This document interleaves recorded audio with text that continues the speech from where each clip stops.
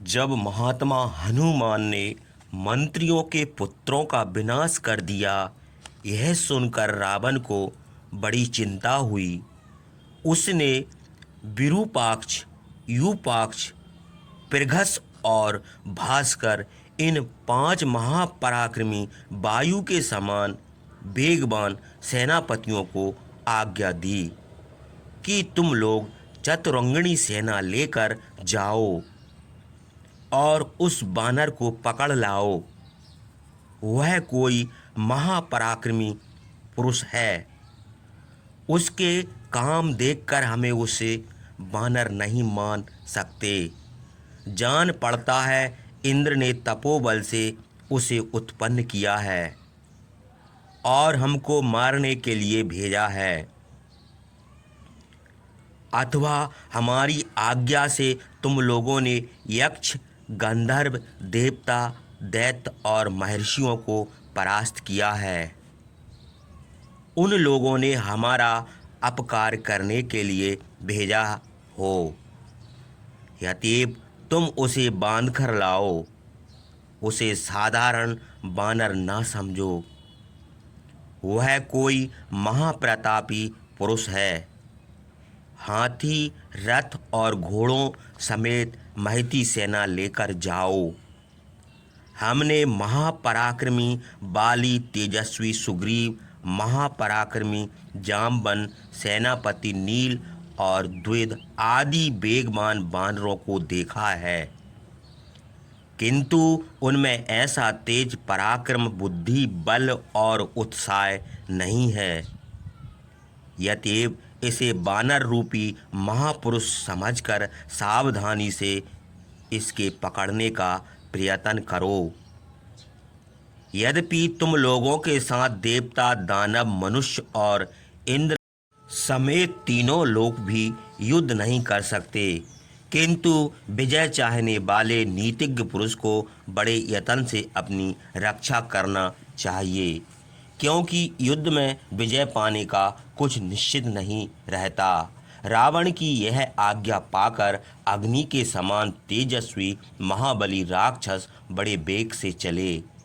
रथ मतवाले हाथी, बड़े वेग से चलने वाले घोड़े, तीक्ष्ण अस्त्र शस्त्र और महती सेना उनके साथ चली। महावीर हनुमान अपने तेज से प्रकाशित करते हुए फाटक पर उसी प्रकार खड़े थे जैसे उदयाचल पर सूर्य उदय होते हैं। उनका भयानक रूप देखकर राक्षस डर के मारे दूर ही खड़े हो गए और चारों ओर से घेर कर अस्त्र चलाने लगे। दुर्धर नामक राक्षस ने 5 बाण हनुमान के सर में मारे। मर्म भेदी तीक्ष्ण बाणों के लगने से हनुमान गरज कर आकाश को कूद गए। रथ पर सवार वीर दुर्धर बाणों से हनुमान को मारने लगा, किंतु जैसे वायु शरद ऋतु के बादलों को उड़ा देता है, वैसे ही वीर हनुमान उसके बाणों को नष्ट कर देते थे। दुर्धर ने बहुत बाण मारे, किंतु हनुमान पीड़ित न हुए। वे गरज कर अपना रूप बढ़ाकर उसके रथ पर वैसे ही कूद पड़े जैसे पर्वत पर वज्र गिरता है। उनके कूदने से रथ चूर्ण हो गया, घोड़े घायल हो गए और दुर्धर मर गया। यह देखकर वीर राक्षस विरूपाक्ष और यूपाक्ष बड़े क्रोध से हनुमान को मारने दौड़े। दोनों राक्षसों ने उनकी छाती पर मुदगर का प्रहार किया,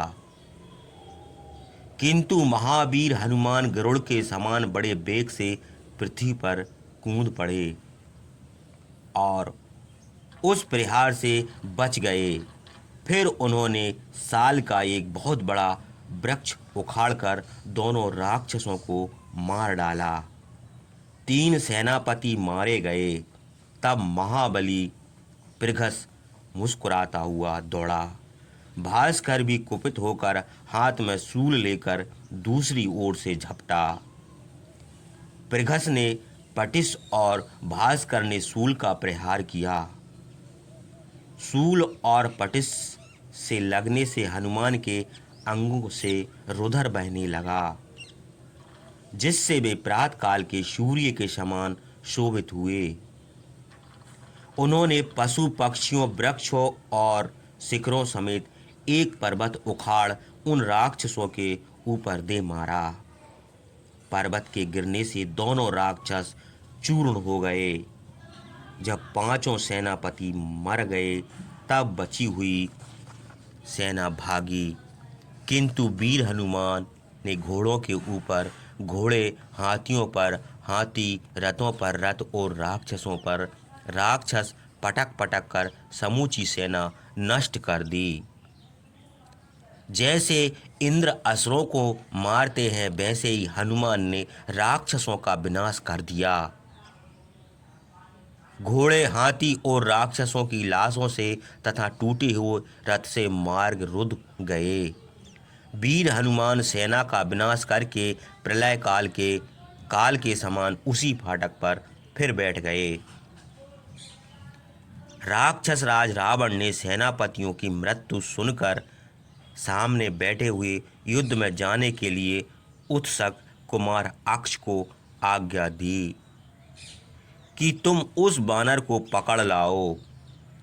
प्रतापवान अक्ष रावण की आज्ञा पाते ही स्वर्ण जटित धनुष लेकर ब्राह्मणों द्वारा दी हुई आहुति से प्रज्वलित अग्नि के समान उठ खड़ा हुआ और सूर्य के समान चमकते हुए रथ पर सवार होकर हनुमान को पकड़ने के लिए चला।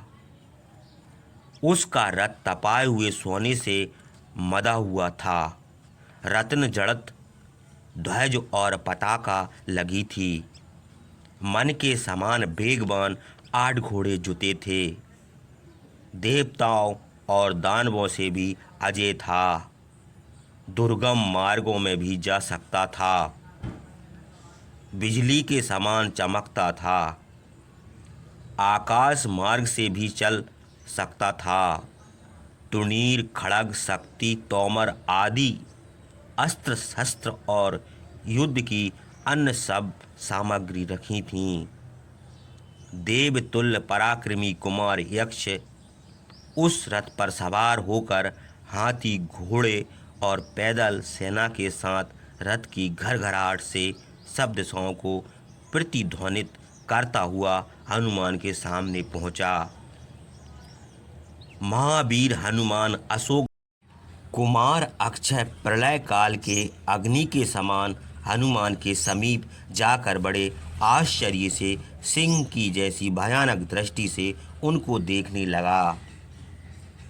महात्मा हनुमान के पराक्रम और अपनी शक्ति का विचार कर उसका तेज प्रलय काल के सूर्य के समान बढ़ने लगा। उसने स्थिर होकर सावधानी से तीक्ष्ण बाणों का प्रहार किया। महापराक्रमी अक्षय और महावीर हनुमान का युद्ध होने लगा। उस युद्ध को देखकर सब प्राणी भयभीत हुए। देवता और दानव भी डर गए। सूर्य का तेज मलिन हो गया। वायु की गति रुक गई। पर्वत डगमगाने लगे। आकाश में कोलाहल मच गया। समुद्र में बड़े वेग से तरंगें उठने लगीं। धनुष पर बाण चढ़ाने, छोड़ने और निशाना लगाने में निपुण वीर अक्षय ने विषैले सांपों के समान सुवर्ण पुंख, सुमुख और पतित्र बाण हनुमान के सिर में मारा। उनके सिर से रुधिर बहने लगा। आंखें चौंधिया गईं। देह रुधिर से लथपथ हो गई। वे प्रातः काल के सूर्य के समान रक्तवर्ण हो गए। वाण रूपी किरणों से युक्त सूर्य के समान शोभित हुए। उन्होंने अपनी देह बढ़ाई। उनका बल, वीर्य और क्रोध भी बढ़ा। वे मंदर पर्वत स्थित सूर्य के समान अशोक वन के फाटक पर खड़े थे। बड़े क्रोध से कुमार अक्षय को देखा, मानो उसे भस्म कर देंगे। जैसे बादल पर्वत पर पानी बरसाते हों और इंद्रधनुष भी दिखाई देता हो, वैसे ही धनुष लिए हुए अक्षय हनुमान पर बाणों की वर्षा करने लगा। राक्षस बड़े पराक्रमी और तेजस्वी थे। उनके बाण बड़े पैने थे। उनको बाण चलाते देखकर वीर हनुमान बड़े हर्ष से मेघ के समान गरजे। अभिमानी कुमार अक्ष बालकपन के कारण क्रुद्ध होकर हनुमान से युद्ध करने के लिए आगे बढ़ा। जैसे मतवाला हाथी तृण से ढके हुए कुएं में गिर पड़े, वह हनुमान पर बाण चढ़ाने लगा। पवन कुमार हनुमान भयानक रूप धारण करके बड़े उत्साह से आकाश को उछल गए और बादलों के समान गरजने लगे। आकाश में गरजते हुए हनुमान को महारथी अक्ष बाणों से मारने लगा। महापराक्रमी मणि के समान वेगवान महावीर हनुमान ने उन बाणों को तोड़ डाला और वायु के समान वेग से विचरने लगे। कुमार अक्ष ने पैने बाणों से आकाश को भर दिया। उसकी यह वीरता देखकर हनुमान ने अपने मन में उनकी प्रशंसा की और उसे आदर की दृष्टि से देखा। अक्ष ने हनुमान की छाती में कई बाण मारे। हनुमान ने सोचा कि यह बड़ा वीर बालक है, युवा पुरुष के समान युद्ध कर रहा है, बाण चलाने में बड़ा निपुण है, इसलिए इसका वध करने को मेरी इच्छा नहीं होती। इस महापराक्रमी का युद्ध काल कलेश सहने वाले गुणवान यक्ष का नाग यक्ष और महर्षि गण निस्संदेह आदर करते होंगे। भय और शंका छोड़कर बड़े उत्साह और पराक्रम से मेरी ओर देख रहा है। बड़ा फुर्तीला है। इसका पराक्रम देखकर देवता और दानव भी कांपते होंगे। किंतु यदि हम इसकी उपेक्षा करेंगे तो यह मुझे परास्त कर देगा, क्योंकि इसकी वीरता बढ़ती जाती है। बढ़ती हुई आग की उपेक्षा करना उचित नहीं है, इसलिए इसे मार डालना चाहिए। यह सोचकर महाबली हनुमान ने शीघ्र उसको मार डालने का निश्चय किया। एक लात मारकर रथ के 8 घोड़े मार डाले। उसका रथ भी टूट गया और वह पृथ्वी पर गिर पड़ा। फिर वह धनुष और तलवार लेकर उसी प्रकार आकाश को चला गया जैसे तपस्वी महर्षि शरीर त्याग कर देवलोक को जाते हैं। गरुड़ और वायु सिद्ध पुरुषों के मार्ग में विचरते हुए अक्ष को देखकर वायु के समान वेगवान हनुमान ने उसके दोनों पैर उसी प्रकार पकड़ लिए जैसे गरुड़ सांप को पकड़ लेता है। फिर उसे हजारों बार घुमाया और युद्ध भूमि में पटक दिया। उसके सब अंगों से रुधिर बहने लगा। देह के सब जोड़ उखड़ गए, हड्डियां चूर चूर हो गईं, आंखें निकल आईं। महाकपि हनुमान ने यक्ष को मारकर राक्षस राज रावण को अत्यंत भयभीत कर दिया। उसके मर जाने पर महर्षि यक्ष गंधर्व भूत नाग और इंद्र आदि देवता आकर बड़े विस्मय से हनुमान को देखने लगे। महावीर हनुमान अन्य राक्षसों से युद्ध करने की इच्छा से उसी फाटक पर प्रलय काल की अग्नि के समान फिर जा बैठे।